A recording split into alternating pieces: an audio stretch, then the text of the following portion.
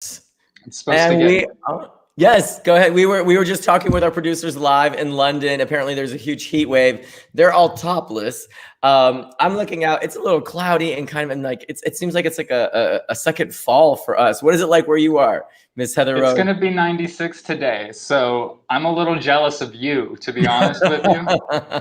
So so for all of our viewers who are watching from all over the UK, France, North Africa, Asia, Hong Kong, New York, Chicago, Denver, LA, please write into us. Tell us where you're at. What is it like? Let's start with the weather.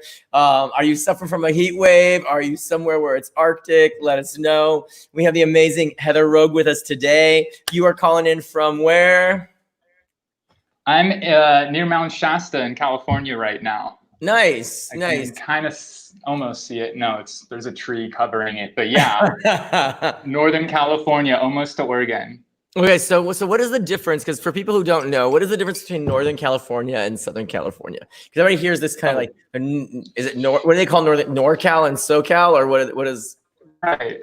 They're basically two different states. We're just aligned politically, right, to make our votes matter less. But yeah, it's hard for me to say like SoCal's like this and NorCal's like this because I don't spend enough time in SoCal. But I'm a NorCal girl. I've lived in Tahoe. I've lived in Sacramento. I've lived in the Bay Area.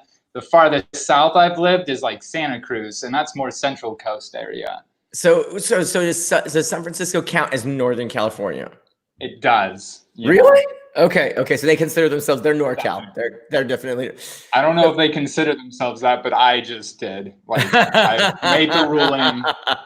So what's the main difference, would you say, between, like I know that for us in SoCal, we don't roll our own tampons. Like that's something, we don't do that. We go to the store, we get our name brand, we don't make our own clothes. We kind of go for the name brand, easy breezy, and I've been to, and they shame me.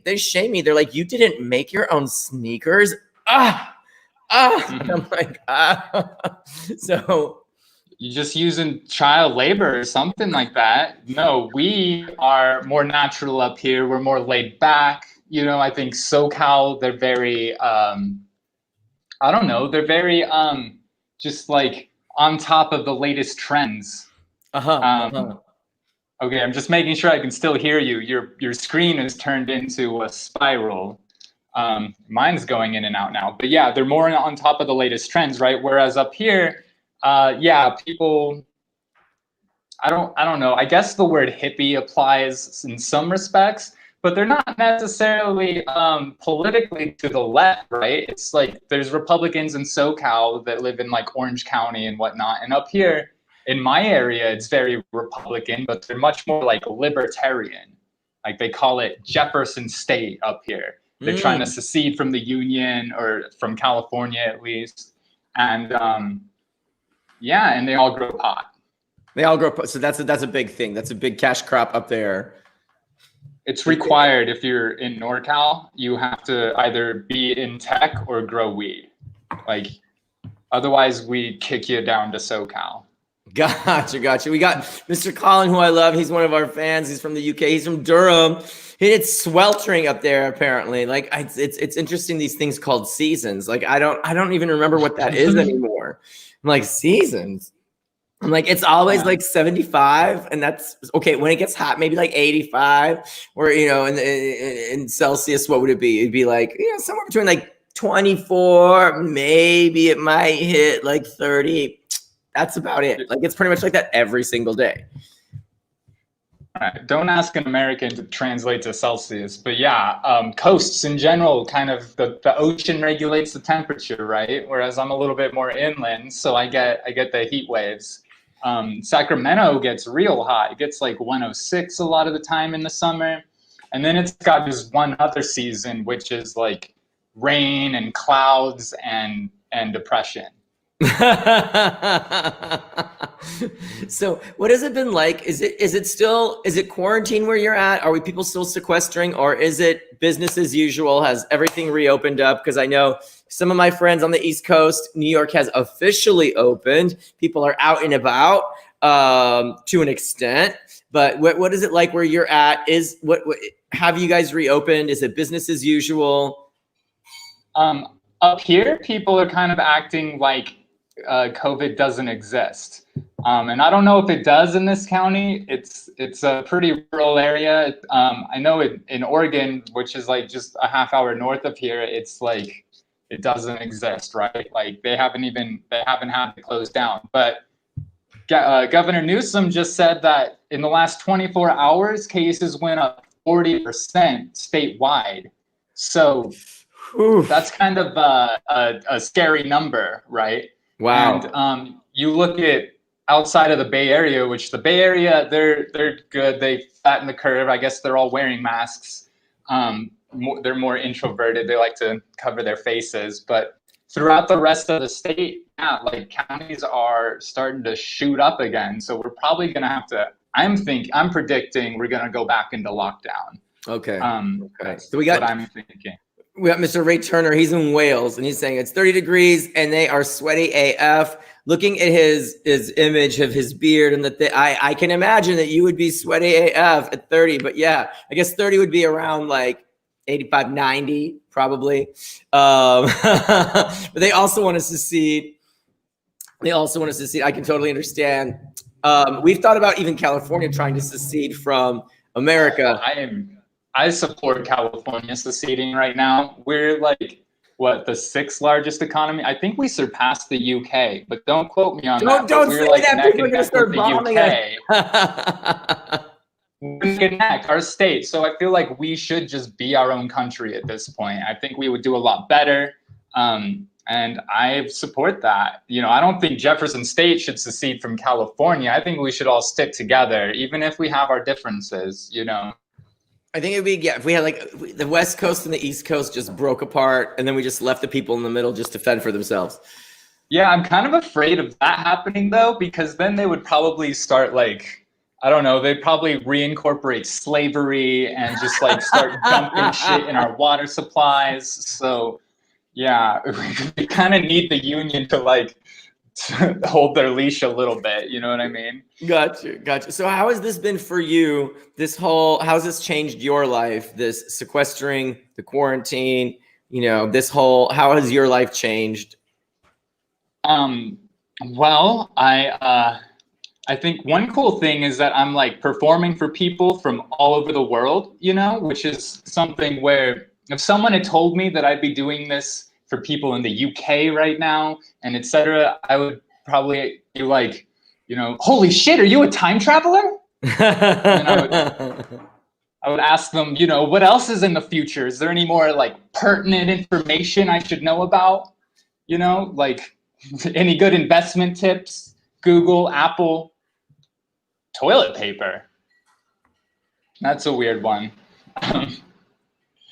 We are going to bomb so hard economically come January. Oh wow. Yeah, I don't want to talk about economics. The economy is so bad right now. I went looking for a job the other day and they just offered to sell me their business.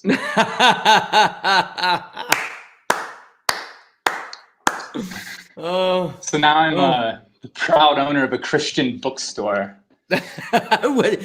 What's I can just see you running a Christian bookstore. That's going to be amazing. I mean, you know, sometimes Christians will ask me like, what made you transition? You know, wait, what do you mean by transition? Them, from male to female. Wait, right? Like, I don't, you got to rewind. Oh, I don't think, you didn't, no. You didn't know? No, wait, there's timeout. I don't think like our viewers or like, yeah, you got to break it down for us a little bit, Heather. I'm sorry. I thought you guys were some detectives. I figured you'd figure it out, but I'll take that as a compliment. Yeah, I'm transgender. Okay, so I used to live as a man. So I just want to make sure that because it's not obvious. So there's something that you kind of have to, you know, you just kind of dropped the bomb. It's not obvious. I'm going to say no. I'm going to say no. when people like approach me and talk to me in the street, because it's like I feel like I sound like my voice gives me away. So I feel like, they flirt with me and I can't say anything back, or as soon as I open my mouth, it'll just be like plot twist, Wait, so and then yeah. For those that are new to the trans experience, who have never flown, Trans-America Airlines, so is it a process? Does it happen overnight, or is it a process? You just get a vaccine and then poof. And then poof, you become. No, it's a process. There's no finish line either, right? Like, first of all, you got to transition. Like, you got to come out to yourself, right? I think every LGBT person has to come out to themselves first, and then you got to come out to everyone else and socially transition. New name, new pronouns, just whole new identity, new wardrobe, which is very expensive to throw out your wardrobe and buy a new one. So the hardest thing is the wardrobe. Like if you could get a Macy's card, hardest thing is just going outside and going to the grocery store. I think like a lot of people are probably, like if a guy talks to a cis woman and then she rejects him, he might get angry. Wait, what? Right? I'm sorry. For those of us that don't know, what does cis mean? Because I think I'm sister. Cisgender means that you identify as the sex you were assigned at birth. Okay. So cis people are people that identify with their sex that they had at birth. Got it. So right. Some people get upset. They'll be like, "You can't just label me. I thought you were fighting against labels. My label is normal, right? But then those people are just never normal. So you need your own word." But yeah, where was I? Oh, right. So you were talking about when you go to the grocery store, if a cisgender guy gets turned down by a cisgender female, so born guy gets turned down by a born girl, he might get a little, but if he's an insecure piece of, right. But right, I don't think cisgender women are afraid of being beaten up for their response after being hit on, right? Because their response is not suddenly causing that person to question their sexuality, just their self-esteem. So I do both. You do both. When you challenge their self-esteem and their sexuality. So it's like, wait a minute, I'm ugly and now I think I'm gay. Is this kind of what? Or I'm offensive and now I think I'm gay at the same time. That's a double whammy. Yeah. Right. And it's like, it's not my fault. I can't just turn you gay, Like, what am I going to do? Just snap my fingers? You're gay now. Like, no. Say the magic word. Just diggity, daggity, David Beckham.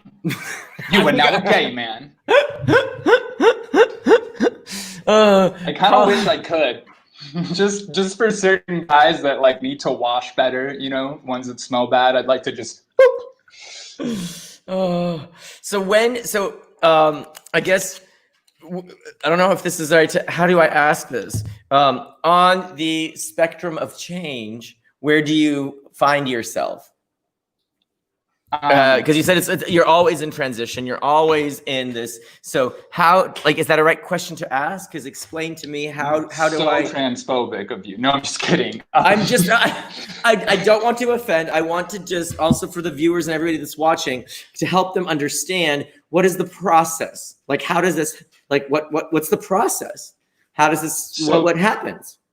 Right. Apart from the social transition, you also have a medical transition, and this can be hormonal and surgical, one or the other. Some people are not healthy enough to do hormones or get surgery. I was very fortunate in that I could do hormones, and so I've been on hormones for 3 years. I grew these beautiful breasts. I'll go ahead and show for the audience my boobs. Thank you. Yeah, I'm very proud of my twin sisters here. I'm just kidding. I have a favorite. I I got one good boob and one cross-eyed boob. So you're a true woman. You're like every other. You're a true woman. You're a true woman. That's the norm. Yeah. So I just fit right in. The other thing is it had some other changes, made my skin softer. There were some changes downstairs. Everything's much smaller right now, which I don't like personally, because like as long as you're gonna have, you know, a peepee, you want it to be a big one, right? Well, yes, yeah, I guess so. Yeah. I think that's just me personally. And you know, I don't want to, you know, just like body shame guys that have smaller junk. For me personally, that's not why I transitioned. That wasn't my favorite part of it, you know? That's my mom in the background. Bye, Mama Nina. She's doing her thing. Wait. So, and I just want to give a shout out to Ray. He just wrote us, white, straight, cis, gender, male. That's him in his 60s. And he regards all human beings as his brothers and sisters, and that trans people are people and deserve the respect we would all want for being just people. And I think that it seems like it's so obvious, but it's not. Why? Have you come across, I mean, you mentioned going to the grocery store is hard for you. Explain to us, give us the top 3 situations, awkward moments where you feel like you haven't received the just respect that we cisgender folks take for granted. What are 3 things that we take for granted that you have seen? Okay, yeah, so part of that is, right, number 1 is just going out in public and being afraid of, we call it clocked, when someone finds out, you know? And some places like the Bay Area, I'm not worried about being clocked. I'll speak like this. Yo, what up, bro? But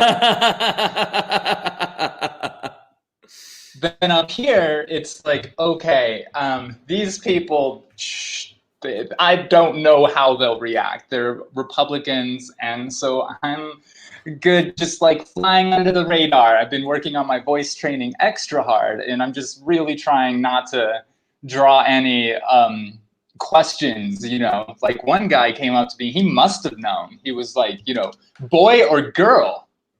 And you know, I didn't even realize I was pregnant yet. So that was blowing my mind.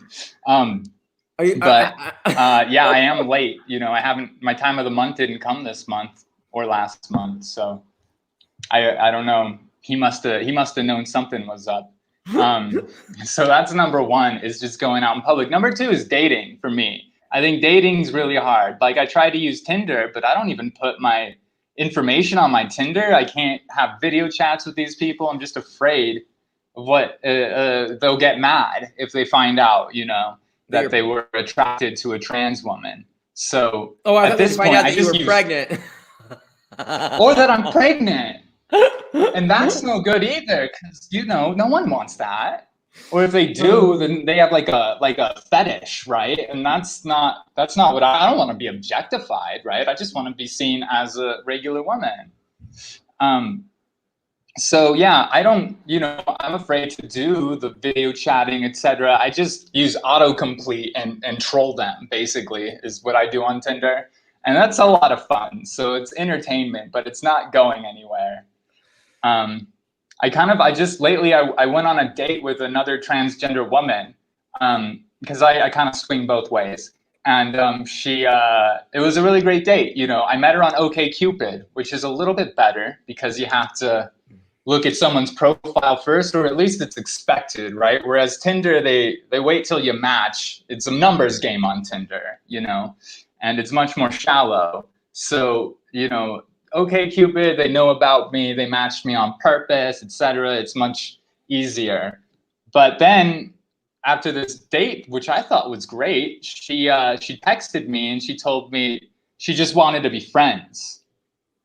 So that was kind of hard. And it was like, you know, we didn't really have that kind of chemistry, but because she texted first, it just made me wonder, like, well, what's wrong with me? You know? Like, and I know there's a lot of things that are wrong with me, but just which one was it what turned her off, right? Maybe it was the fact I was catcalling guys the whole time, because this was in Midtown Sacramento. So I'm not afraid, you know, if they don't want to be Sacramento like? What's Sacramento like? I've been to Sacramento once, but for those who don't know, where is it exactly, kind of, and what's it like? Give us an example of another, like a city that someone might have seen in the movies or something like that. What's Sacramento like? Is it tough? Is it like fast paced? Is it laid back? Is it what's another city that could be like Sacramento that, for people to understand? I don't know if there is a city quite like Sacramento. First of all, where it is, that was your first question, right? It's close to a bunch of stuff. So it's just in smack dab in the middle of Central Valley, maybe a little north, maybe, but it's along the Highway 5, right? And then it's also along Highway 80 between Tahoe and San Francisco. So it's like you can drive a few hours any direction and see something cool. The city itself has like a river. You know, not a whole lot. Is the Jelly Belly factory near Sacramento? That I've heard that's a true thing. I can't remember. I don't like jelly beans. I did a field trip there when I was little, though. I've been to the Jelly Belly factory, so yes, that's the one thing I remember about Sacramento is that's where the Jelly Bellies are made, is near Sacramento. So maybe you should be answering this question. So. Going back, okay, so the number one difficult thing for everybody watching is just going outside. Is what you said. That it's hard to go outside. Right. Yeah, it's scary, and you have to work up to it. You know, I want to just roll out of bed and go to a cafe like I used to do, but it's like, ugh, I got to check my face. How much of my stubble is showing through? You know. All the laser hair removal places are closed. So, it's got to be tough. It's got to be tough looking your best when it's like under lockdown. Yeah, and I'm like nanny for a 3-year-old, so there's like it's hard. Every time I try and do my makeup, she'll walk up like, "Hey, what are you doing?" And I'll be like, "Doing my makeup," and she'll be like, "Oh, hey, what are you doing?" Like, still doing my makeup. And she'll be like, "Oh, hey, what are you doing?" And I'll be like, trying not to strangle anybody. So going on dates, and what's the third thing that you find challenging? Well, I guess, you know, I think at that point, that's like particular for transgender women. I think part of that is just like feeling kind of left out, feeling excluded, feeling like my rights are in jeopardy, like my access to public spaces is in jeopardy. You know, I live in fear of laws changing that could deem me a second-class citizen. And in many ways they already do, but there's also protection, right? Like for now, we have protection against discrimination. So like, for example, the Supreme Court ruled you can't fire me for being trans. Of course, no one's ever fired me for being trans before. They just fired me for being a really bad worker. So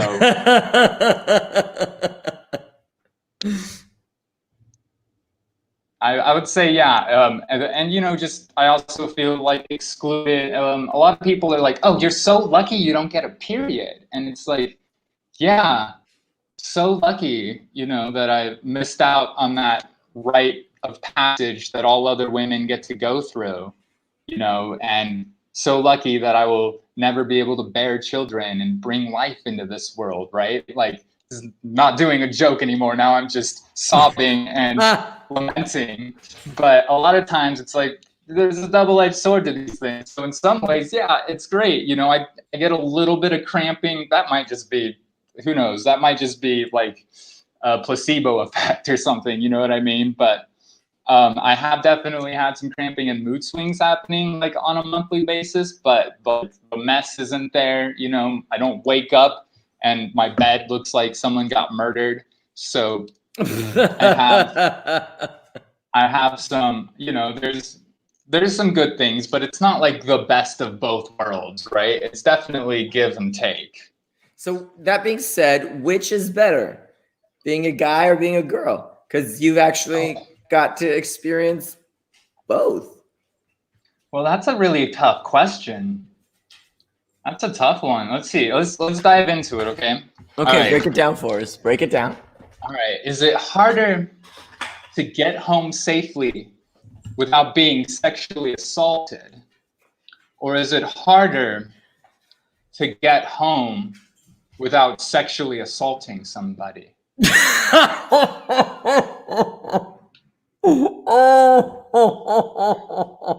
can't. Yeah, no, I think that about covers it, right? Like being a woman is a lot. You gotta say that one more time. Oh my God, you gotta say that one more time for everybody. I'm not saying, no, if you missed it, you missed it. No, you gotta say that one more time. You gotta break that. Wait. Is it harder to be a man or a woman? I'm sorry. Wait, what did you just say? Is it harder to get home without being sexually assaulted? Or is it harder to get home without sexually assaulting? Oh my God. I hope people at home are listening. I am crying. You just made me cry. Sorry. Oh my goodness. That's good. That is good. It's scary to be a woman. It's just like, even apart from being trans, right? It's just like every woman is a little bit afraid of being murdered on a first date, right? Like, it's like one time, and then there's like, you gotta play this game called like watch your drink, right? Just in case they sneak something into it. This one time, this guy, he tried to date rape me just with boredom. I would have preferred a roofie, But yeah, there's a predator out there who he's extremely exhausting. So that's how you know you've run into a bad guy. Oh my goodness. So what would be one thing that you would love to tell people about the trans experience that they don't know? So if you could just share something with some of the folks that are watching, about the... Well, I think that a lot of people misunderstand what we are. And they have this conception in their heads that, what are you? Well, we're just people trying to exist, and we are who we are, and we were, born this way, right? And we've always known that we wanted this for the most part, right? And I think a lot of people act like this, blurring the binary, blurring the sex binary means we're declaring sex doesn't exist, and that, men might just self-identify as a woman in order to compete in sports, which, don't get me wrong, I have won 6 gold medals, but but it's like, I can't even open a jar, you know what I mean? Like I'm not, like, the hormones do the work. Like I can no longer compete in sports. And, I understand gatekeeping in sports a little bit, as far as like making sure people are medically transitioning, right? So that they aren't, so that there isn't a disadvantage. But when it comes to everything else, like, not every trans person can go through the medical transition. And that's why we want to protect, spaces that are for females only, including trans women, because I am a survivor of sexual assault, domestic violence, etc. And I need these spaces, you know what I mean? And people who, like, I can't use the other facility and get clocked, especially not here, like that could put me at risk, you know what I mean? Wait, no, I don't know what you mean. You can't say that again? You can't use I didn't understand. In public, everyone there is going to suddenly realize that I'm trans, and then all of their prejudice can come out. I don't want to deal with that. I've been a victim of a hate crime before, and I'm not going to again. You know what I mean? If I can help it. So yeah, I don't use a men's restroom for my own protection. It's not to perv on some old lady taking a fat shit in the stall next to me. Like, it's just, I'm worried. Like, I get terrified when I go into the bathroom, right? Like, I'm worried about the sound of my pee hitting the toilet. I'm just like, is it hitting at the right angle? Is it too hard, too soft? It's like being a sniper. It's just like, all right, mind the wind current. Mind the wind current. And release. But yeah, I'm like flushing the toilet to cover the noise. That's an old jailhouse technique that I learned. But yeah, it's you know, that's one thing I think I would like people to understand is that, well, for another thing, you know, crimes are still illegal, right? Whether a woman or a man were to walk into a women's restroom and then commit crimes, they would still be illegal, no matter how that person self-identifies. So, like, I don't understand why people are so afraid of gender neutral bathrooms, for example, because it's like the risk is there regardless, you know. Like, so what you're saying is that there's a risk about men going into a women's bathroom and violating a woman during the bathroom experience. Is that what I'm hearing? I just want to understand. That's not really, there's a risk of women being violated anywhere where they're alone and a man can come and attack them, right? But you know, and there's a risk to entering a public bathroom, right? Like, there's some places like in New Orleans, you don't go to a public bathroom at night because that's where people hang out waiting to mug people. So there is a risk, just generally speaking. But there's not a risk where a guy's going to enter a ladies' room and then be like, I'm a woman, so therefore you can't like stop me from doing what I'm about to do, right? It's like, no, that they're still committing a crime, you know?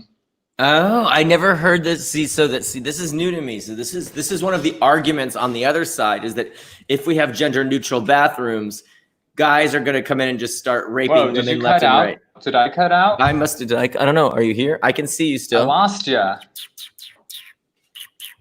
Well, hello everybody. Yeah, I'm still here. Heather show. I'm hoping. Yeah, Miss Heather. I'm hoping that you cut out, and I'm still just talking to the audience. Nice to see you again. Are we back? News. There you go.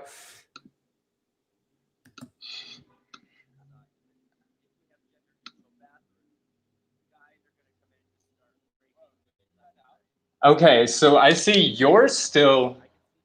I had to turn on Facebook, so there's a huge lag now. But I can see you on Facebook stream. Oh, and now I see I have left the Facebook stream, so I'm gonna try and rejoin. Huh. I can't tell if I'm in the room or not. This is some technical difficulties. Oh.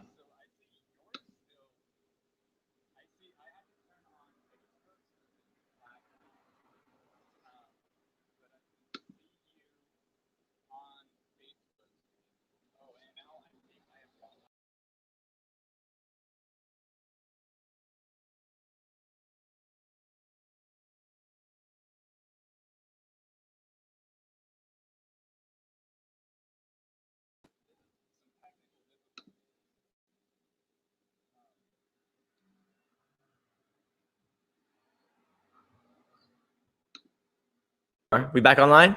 Okay. Can I hear you? Are you there? I can hear you, and I can see you. Track? Okay. We're back. We did it. Awesome. I love. We switched sides. Hub. I got the backup hub just in case this happens, because I'm off the grid and people don't know that, like, I'm like literally in the middle of nowhere. And so, yes, now we just switched places. Now you're on the left, I'm on the right. Musical chairs. So have you ever experienced anything going on the left? Are you used to being on the left?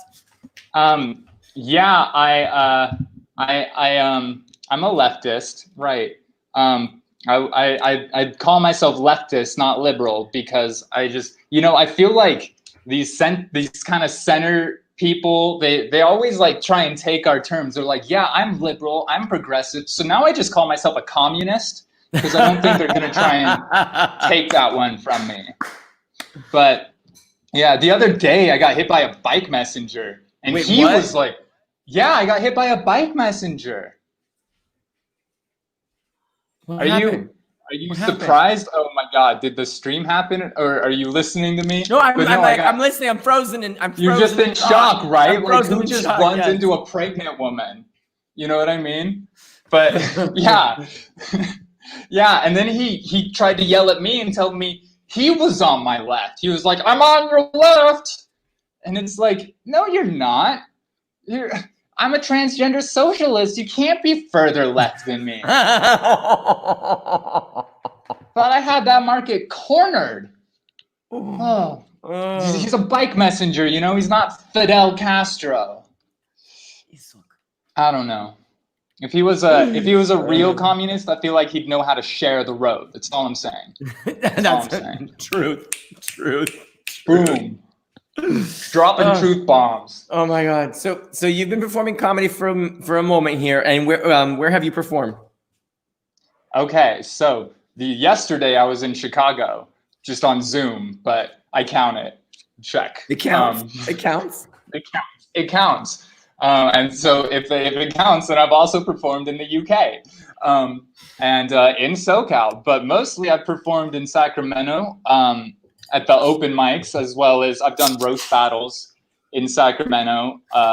They have this great roast battle scene there put on by Al Schumann and Josh Means. I'm a big fan of it.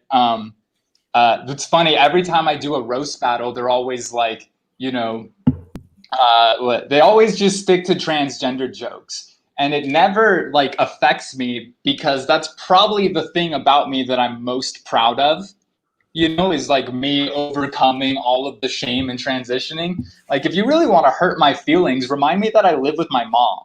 You know what I mean? That'll sting.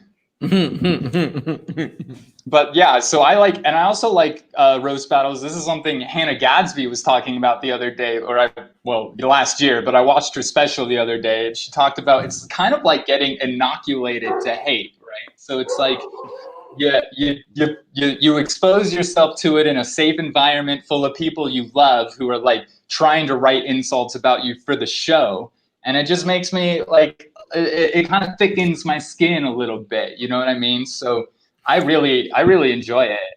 And I'm from the streets, so I can rip you a new whatever if I want to, right? I can throw down. I'm undefeated right now. I've only done 2, but still, it counts. That counts. It counts.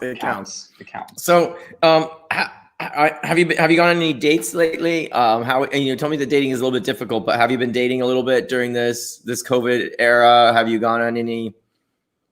What's romantic life in Sacramento / NorCal near Mount Shasta?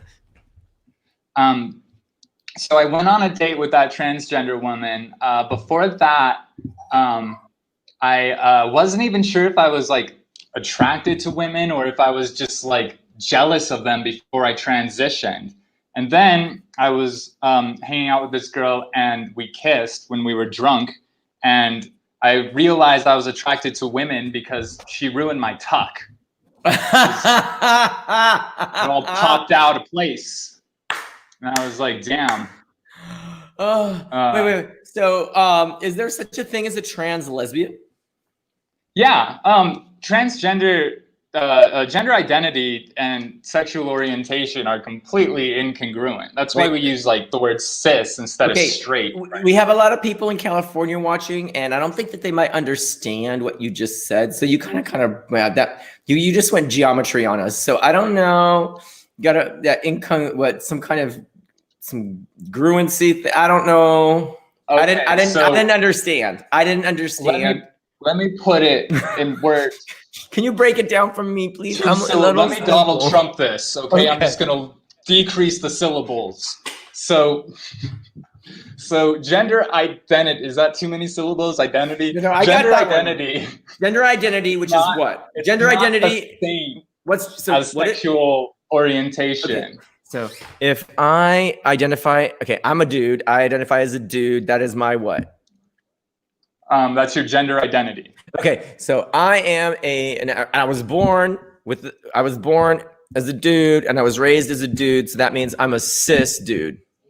Yes. Okay, This and that good. is my. We're doing Trans 101. I like this. Okay. Should Hold I on. get a ruler?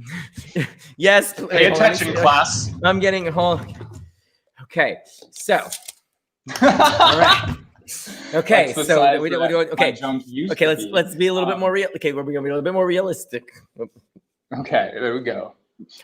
Now, a little shorter. Okay, well, let's start the basics. Now, okay, I was born a man, and I am now an older man that still identifies and sees himself as a man, which means I am called a cis man, right? Cis. Yeah. CIS. Yes, CIS, not 6. Good, because I'm at 4. Okay, so I'm a cis man. Great, got this. Now this is my gender what? Well, my gender identity or my gender fluidity or my what is this called? I think that so that would be your gender, but it would be both your gender and your sex, right? Your biological assigned sex. My biological sex and my gender identity match up. Right. And that means I am a cis male, and that is my gender identity. Yeah. Okay, I get another inch. Wait, I just got another inch. Right? Did I get another inch or not? It denotes both. It denotes your sex. Yeah, you can have the inch. Okay, yeah, I got another inch. 1 inch. Okay, I got it. Just the tip. Okay, now we have 5 inches. Okay, cool. So I am a 5-inch gender identifying cis male that was born a male, identifies as a male. My gender identity is male. Did I get it all right? Yeah. Awesome. Right. Now, then you went to take me to some kind of geometry class, and you were like, "It's not congruous." Then we were going Congress. I'm confused. It's all about the lines. I'm confused. Okay, perpendicular. So let's try to get from 5 inches. Let's try to take it from 5 inches. Trapezoid. Okay. So what's next? Well, I guess we got to get into sexual orientation, right? Okay. So which way do you swing? So I used to. Okay. I used to have sex with girls, and I used to be attracted to girls. But then I was introduced to this other thing called boys, which I also liked. And then the more I tried the boy, it's kind of like. How do I say? It's kind of like seafood. I'm not allergic to seafood. I don't break out in hives. You know, like if someone orders me the lobster, I just know it's going to be a mess. And I need to get a bib, and I need some tools but I'll eat it. And I know that it's market price, which means it's really expensive. But you know what? If I could just get a side of beef with some, if I can just get the steak and the meat on the side with the steak and I'm going to go for the beef. So if I had one meal in life, I would go for the steak. But if someone was to put a lobster in front of me and I didn't have the bib and the tools and the thing, no, I ain't going to eat it. But if someone put it in front of me and gave me the bibs and the tools and the things, I would eat it. It would be delicious. But my preference is surf and turf. And honestly, I'd rather just get the turf because the surf is just a mess for me to eat. So I don't know how now I got you confused a little bit, maybe. I don't know. But right now, I thought it was a perfect metaphor. So right now, if I had the choice to have one meal for the rest of my life, I'm just going to go for the turf. I'm going to go for the meat. That's my thing. Don't get me wrong. I don't break out in hives, although I do have friends that are they need an EpiPen. They will die. If you just go, vagina, they're breaking out in hives. They're heaving and they can't breathe. They can't. They're allergic. So I'm not allergic to vagina. It's delicious. It's just not my first choice. So I identify as a homosexual with heterosexual tendencies. Okay.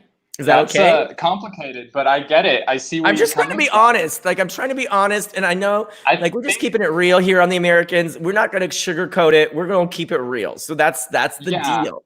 That's real. Okay. Now, right. So that, regardless of how you, just to bring it home, regardless of how you identify with your gender, right, you can still be all over the board when it comes to that sort of thing. Me, I'm kind of like you. I'm mostly gay.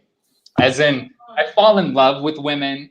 I don't mind getting down with women and dirty, but it's a lot easier to sleep with men. It's just way easier. Said everybody in the entire world.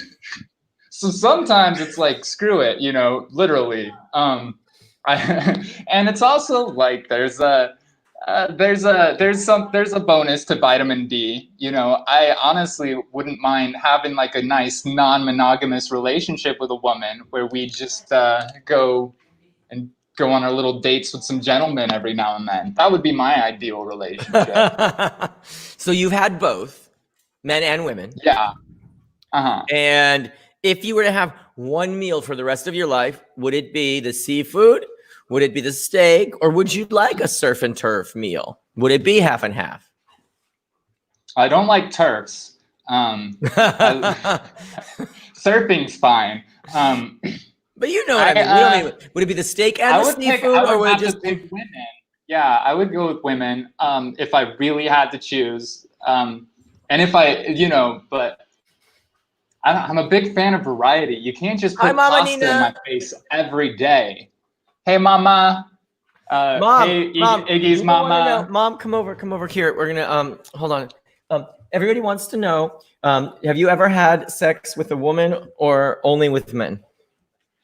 Only with men. Have you ever tried to have it with a woman before? No, but you know, my friend in Madrid, Anna, I was thinking of her, but we never have anything. There was that time in Madrid. There was that time in Madrid. I think most women are like that, right? Most women are like, you know, we I'm have straight, a nice but that time one together. girl. We've been in museums and brunch and lunch. And we went to museums. We went to brunch. No, it was Madrid. She's a year older than me.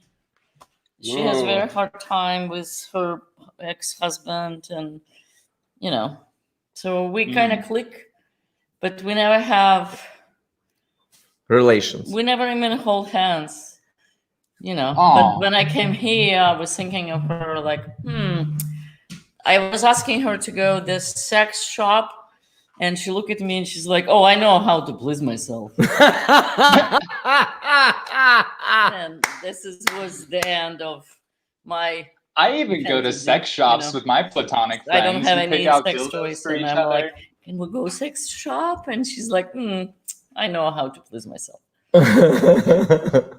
So there you have it. There you have it. That's my mom's adventure. Yeah, it's crazy. I think most women, even straight women, kind of have that one, you know, they're like, well, I'm straight, but if Beyonce were to come along. But you know, I like boys, right? I don't know if you can hear my mom there, but you know I like boys, right? Like, yeah, if they're over 30, need not apply. Like, I mean, seriously, I don't know if you know. So we grew up after we moved from the Soviet Union. We moved to Colorado, and my mom was one of the pioneers, and she was one of the first people to open up a marijuana pot dispensary in Colorado, in Denver. She was the pioneer. She was the first. Wow. And I remember when she called me, and she's like, "Igor, I have a new business idea. I'm gonna be drugs dealer." But it's gonna be legal this time. This time. I'm like, what? She's like, I'm opening up the pot shop. I'm gonna get everybody high in the Mile High. And she's so proud. Like, so proud. So did you live in Colorado? Oh yeah, I grew up in Denver. After we moved from the Soviet Union, I grew up in Denver. And then I moved around then I went to DC for school. Then I went to, I lived in Europe. I went to Paris, and I went to St. Petersburg, Russia for school. So I've bopped all around, but like my core adolescence, everything was in Denver. And this was in college. So I was in college when this happened. And I call up my mom to see how the pot shop's going. And she's like, amazing. I put in the samovar. We drink tea. I have Shemekins on the wall. All these other famous Russian artists. We have Chagall over here. She like brought her art collection and made it like a really high-end like Russian tea room, but with pot. And oh boy, mom's gonna get mad at me. It was awesome. There was a line around the corner. And then she calls me and I'm like, how's it going? She's like, business is amazing. Don't get mad. I'm having sex with a pot grower. I was like, wait, you're what? She's like, I have sex with him and he fronts me the weed at the beginning of the month. And then I pay him for the weed at the end of the month. How else do you make it as a pot dealer? You know? That's it. Exactly. I call it pot for pussy program. My mom was raking it in. The line was insane. You know what her pride and joy was? She goes like, everybody calls me Queen Eighth.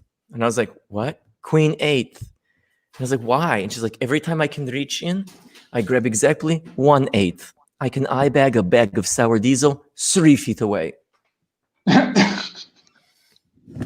Like, that's an important skill. Yeah, like she's sitting, because like back then they would have these little like chopsticks, you know? So they little chopsticks, and they like the little like mason jars with the little seal. And she would reach in with the little chopsticks, and she would 3.5 grams, 8, bitch, 8. She was just every time 3.5 grams. 3.5 grams. Like she can eyeball a bag. Like that was her claim to fame. Like everybody knew her as Queen Eighth. She could eyeball an eighth across. Like that's how good she was. That's how good she was. I wish my dealer was that good. My dealer claims they weigh it out, and then it always comes light somehow. So. And then the cutest thing, I'm like when I finally met the dude, right? The dude was younger than me. Her pot grower was younger than me. And we're sitting at Thanksgiving dinner and we're talking about politics. And he started to talk. And my mom just goes, shh, shh, shh. She just puts her on your mouth or his mouth? On his mouth. And she said, she's got him in line. You're not here to talk, darling. No. We did not invite you here for talk. Part of the agreement. Yeah, she's like, you're not invited for your talking skills. Such a cute. Shush.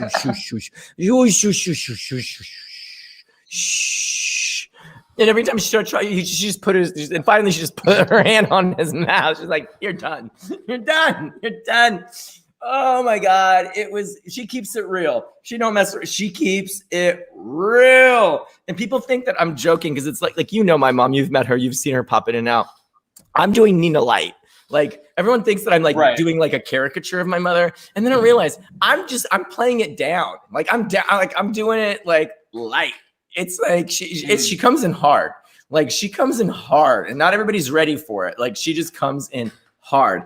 It's been so hard for me doing these shows, and I have to usually lock her in the bedroom in the back because she'll be sitting over there. And she's like, lock her? Yes, because she sits there. She's like, Iggy, that's not funny. I thought you were a comedian. That's how my family is. They're like, so when are the jokes coming? Yeah, like, when's the jokes? Hello? Yeah. Hello? When it really happened, it was 3 black guys, not 1. 3. She's like correcting it. You're like, Mom, it's funnier this way. Quiet down. Totally. I can look at her over there. She's sitting there. She's like, Everybody wants to read your autobiography, Mom. Everybody's writing in right now. They're like, Mom, you have fans all over the world. You have fans all over the world. She's like, I love them. I love them. You're welcome. You're welcome. Pick up a coffee. Yeah. Oh my gosh. And then, so I remember I was doing this comedy competition in Los Angeles and I invite her over and the guy who was up before me, she was like, you're really not funny. And the whole audience starts, and she's like, maybe you should get off the stage. Look at her. She's over there. She's like, he really wasn't. Did you ever think of a different career? This is really horrible. Horrible. And the guy got upset and he was like, fuck you. And my mom looks, see, that wasn't funny. Watch. And she stands up, fuck you. And the whole place starts laughing. See, I'm a better comedian than you are. Can we get off stage now? It was demoralizing. He came off like she destroyed. All my friends were like, damn, your mom is cold. Что? Now he's a gas station attendant. Yeah, and my mom's sitting right over there. She's like, but he wasn't funny at all. He was not funny. Like it was just not funny. Has Oh your my mom God. ever tried being a stand-up comedian? It seems like your career is just based off of her, so Yes, she could that's the probably thing. just do it herself, cut out the She tells me that middleman. all the time. She was like, if I died, you would have no career. I'm like, Mom, don't you believe it? No, you would have no comedy career if it wasn't for me. Like, that's it. What else would you talk about if it wasn't for me? I'm like, oh my God. I have a show coming up. Could I book her? She's already getting booking. Like, I used to, when I first started doing comedy, I would do it in drag, and I would put on and I would be my mother on stage, and I would just do Nina full time. So I did that for a second. And whenever I would run out of material, I would just call her up and be like, Mom, what happened today?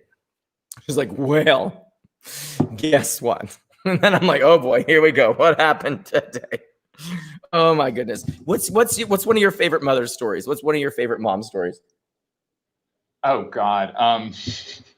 My mom is she's not as like blunt as yours, you know. She's very passive. I recently moved out of her house though, so that's a positive change in my life. But yeah, she snap for that. That I'm proud of. I'm more proud of that than my transition at this point. But it's hard to move out of your mom's house these days. But yeah, she was like telling me, you know, because she was like, she always goes through all my things when I'm not there. And I'm like, Mom, you can't just go through my personal stuff like that. And she's like, well, I don't want to live in a homeless shelter. And I was like, all right, well, you know, if this was a homeless shelter, I'd probably get like a blanket and a sleeping pad, maybe a peanut butter and jelly sandwich or something, some bologna, like step it up, you know. I don't have a joke for that. I don't write about my mom yet. Maybe someday when I'm like, there's a little bit more distance between me and the what do trauma. they say? Comedy is what? It's distance plus perspective. Time plus something. Yeah. Time plus something. I don't know what the other plus is. Maybe that's why I'm not. Yeah, I don't know. So time is definitely in there though. So we are called the Americans for a reason. I love to sample people from all over the country, especially women. What do you feel? What does it mean to you to be an American? And do you feel like an American, especially in these times? So we're going to close on this little bit of a serious note, but seriously, you know, people are looking at us from all over the world, and we are going through some stuff right now. And so what does it mean to you to be an American, and do you consider yourself an American? Well, you know, communism is an international front, but I'm an American. Yeah, I was born in America. I was raised here. I lived in Argentina for like 5 months once, but that's about it. And so to me, being an American, I guess means being born in the borders of America, right? Like, so people who are not born in the borders. Wait, so people who are not born in the borders, they're not or Americans? People who became naturalized citizens. I didn't mean to exclude migrants in any way. So let's redefine. So let's think about this. So is being an American something that is a geographical thing to you? What does that mean? What is the definition of American? Because I was definitely not born in America. I was born a communist. I was born in Soviet, communist, in the Soviet Union, in the Ukraine, in communist, and my parents, luckily enough, brought me here. But I definitely consider myself an American. I wasn't born within the borders of America, but yet I feel like an American. You are more American than I am, so I would agree with you. So for me, it's more sensibility than it is a physical, the way that, and to you of all people, I would think that it's not about what you were born in, it's about what. Oh. So this is where I was getting at, basically, is that to me, it seems there's this parallel between almost, like, how am I going to draw this without looking like a complete heel? But it's like what you identify with. You might have been born of a different gender, but let's create the metaphor of a different country. But you still identify as whatever it is that you identify with inside. And maybe I was born in the Ukraine, but I still identify as American. And I want people to see me as American.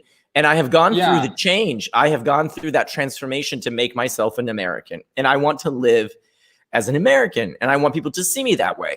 And it doesn't matter to me where I was born or where I came from. It matters what is in my heart and in my soul. And to me, I just saw this parallel with you talking about there's a difference between what you're born as and what you feel like inside, what you identify with inside. And to me, I identify inside as being American. And so hearing your story to me just really resonated, because for so much of my life, I've been seen as so many different things, where inside I see myself and I feel myself as an American.